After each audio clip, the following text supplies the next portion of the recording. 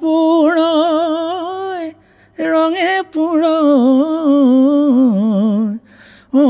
দেহি গড় গাঁও কিমান দূৰৈ বিহু দলবিলাক আহিব লাগে ৰংঘৰ বিহু মাৰিব লাগে তেতিয়াতো আৰু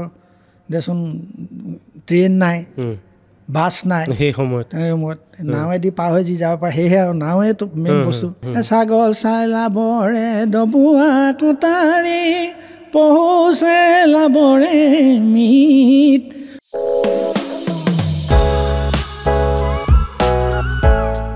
তেতিয়া সেই বিহু মাৰিবলৈ যেতিয়া মানে স্বৰ্গদেৱে মানে অৰ্ডাৰ দিয়ে যে অসমৰ বিভিন্ন প্ৰান্তৰ পৰা বিহু দলবিলাক আহিব লাগে ৰংঘৰ বিহু মাৰিব লাগে তেতিয়াতো আৰু দেচোন ট্ৰেইন নাই বাছ নাই সেই সময়ত নাৱেদি পাৰ হৈ যি যাব পাৰে সেয়েহে আৰু নাৱেতো মেইন বস্তু কমিউনিকেশ্যন আনকি সেই মোগলৰ লগত যুদ্ধ কৰোঁতেও সেই নাৱে মেইন আছিলে তেনেকেই পাৰ হৈ আহে চব নদ নদী আমাৰ সৈন্যবিলাকে সেই গড়গাঁও শিৱসাগৰৰ পৰা ৰংপুৰৰ পৰা তেতিয়া সেই সময়ত এইবিলাক ৰংপুৰয় ৰঙে পুৰয় ঐ দেহি গড় গাঁও কিমান দূৰৈ বিহু দলবিলাকে তেনেকৈ গাই গৈ ৰংপুৰ পায়গৈ তাৰমানে নহ'লে কি কৰিব খোজকাঢ়ি ভাগৰে মেলিলে সেইকাৰণে এই হুঁচৰিবিলাক এনেকুৱাই সৃষ্টি হা আচলতে সেইটো কাৰণে এইবিলাক মানে এতিয়া বিহু নাম হৈ থাকিল যিবিলাক আমাৰ লোক সংস্কৃতি বা লোক বিহু নাম বা বিহু গীত বুলি আগতে বিহু গীত বুলিও কৈছিলে ধৰি লওক মানে বুঢ়াসকলেও তেতিয়া গাইছিলে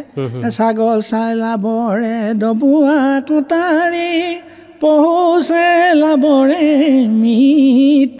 ঐ গাঁৱৰ বুঢ়া মেথাও দাই নধৰিব গাই যাওঁ বতৰৰ গীত সেই গীত বুলিও কৈছিলে কিন্তু নামৰ এটা কথা আছে নাম মানে সমজুৱাভাৱে যিবিলাক গোৱা হয় সেইখিনি নাম যেনেকৈ আই নাম ধাই নাম বিহু নাম বিয়া নাম এইবিলাক সমজুৱাভাৱে গোৱা যায় সেইখিনি নামত পৰে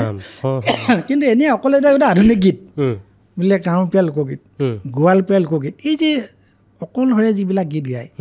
সেইখিনি অকলশৰে গোৱাখিনিকে গীতত ধৰিলে মানে গীত আৰু সমাজকে গোৱাখিনি হ'ল আমাৰ নাম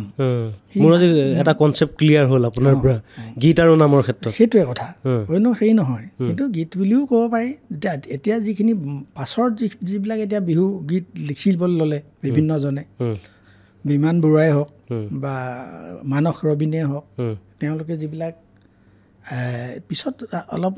আধুনিক সুৰলৈ লিখিলে সেইখিনি বিহু গীতলৈ গ'ল